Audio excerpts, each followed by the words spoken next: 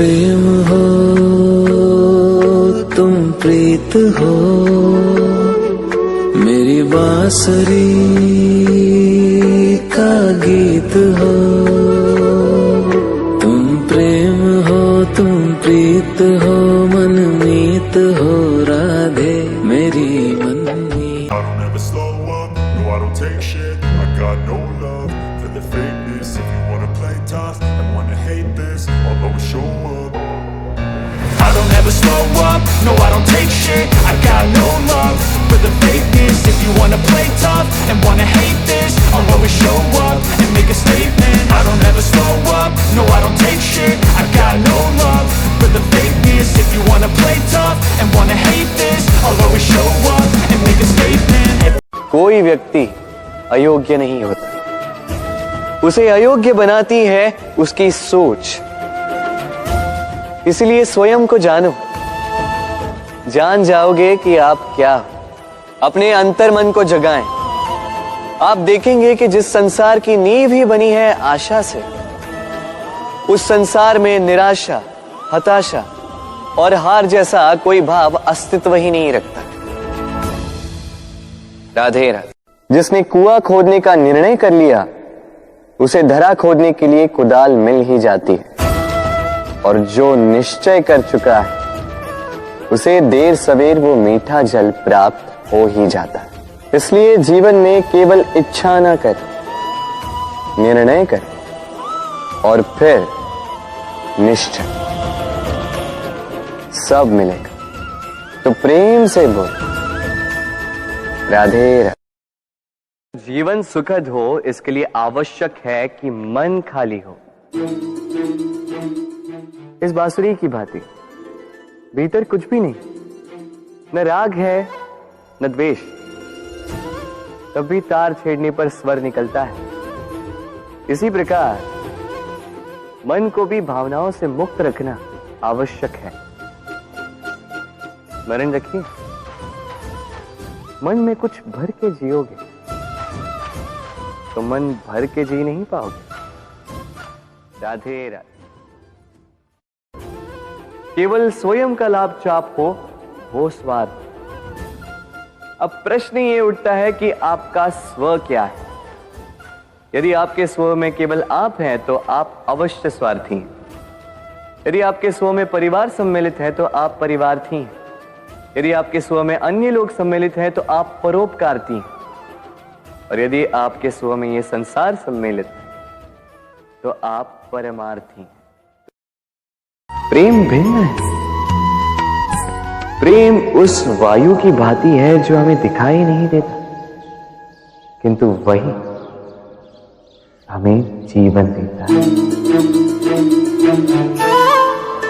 संसार किसी स्त्री को कुरूप कह सकता है, क्योंकि वो उसे अपनी तन की आंखों से देखता है, परंतु संतान उसी माता को संसार में सबसे सुंदर समझता। मेरे आसपास ये वृक्ष, ये पौधे,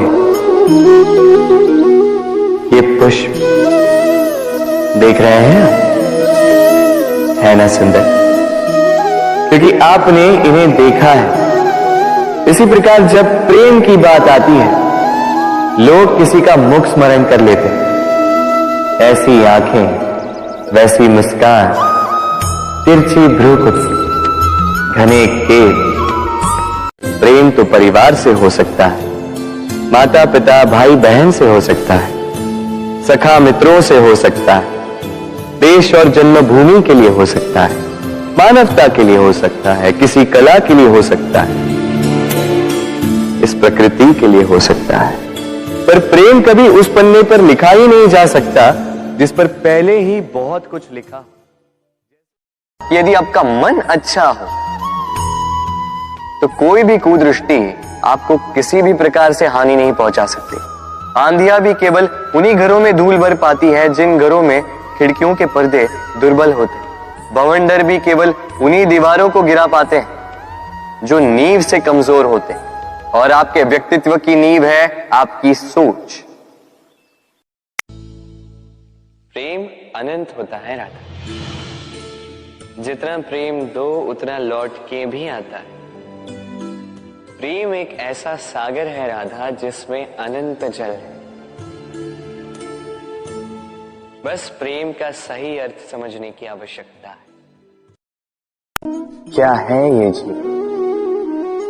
हम जन्म लेते हैं, बड़े होते हैं, हमारे माँ बाप हमें पालते हैं, फिर उनके धन से हमारा बालपन बीतता है, फिर हम बड़े होते हैं, हम विवाह कर लेते हैं, हमारी संतानें होती हैं, हम उनको पालते हैं, फिर हम वृद्ध हो जाते हैं और एक दिन इस संसार से चले जाते हैं। क्या यही जीवन है? तो जिससे भी आप प्रेम करते हो उसे स्वतंत्र छोड़ दीजिए, क्योंकि स्वतंत्रता ही वो भाव है जो जीव को सबसे अधिक प्रिय है। प्रेम सच्चा होगा तो उसे अवश्य समझ में आए। तब तक के लिए निस्वार्थ भाव से प्रेम कीजिए। स्वार्थ हट जाएगा तो प्रेम आ ही जाएगा और मन प्रसन्न होकर बोलेगा।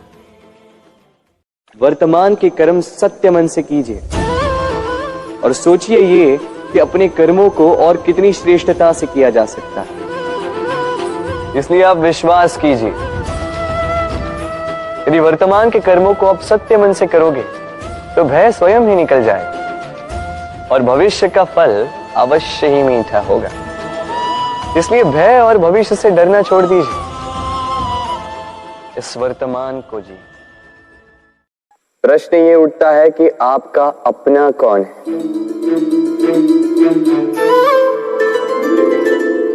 वो संबंधी जिनके साथ आप रक्त से जुड़े,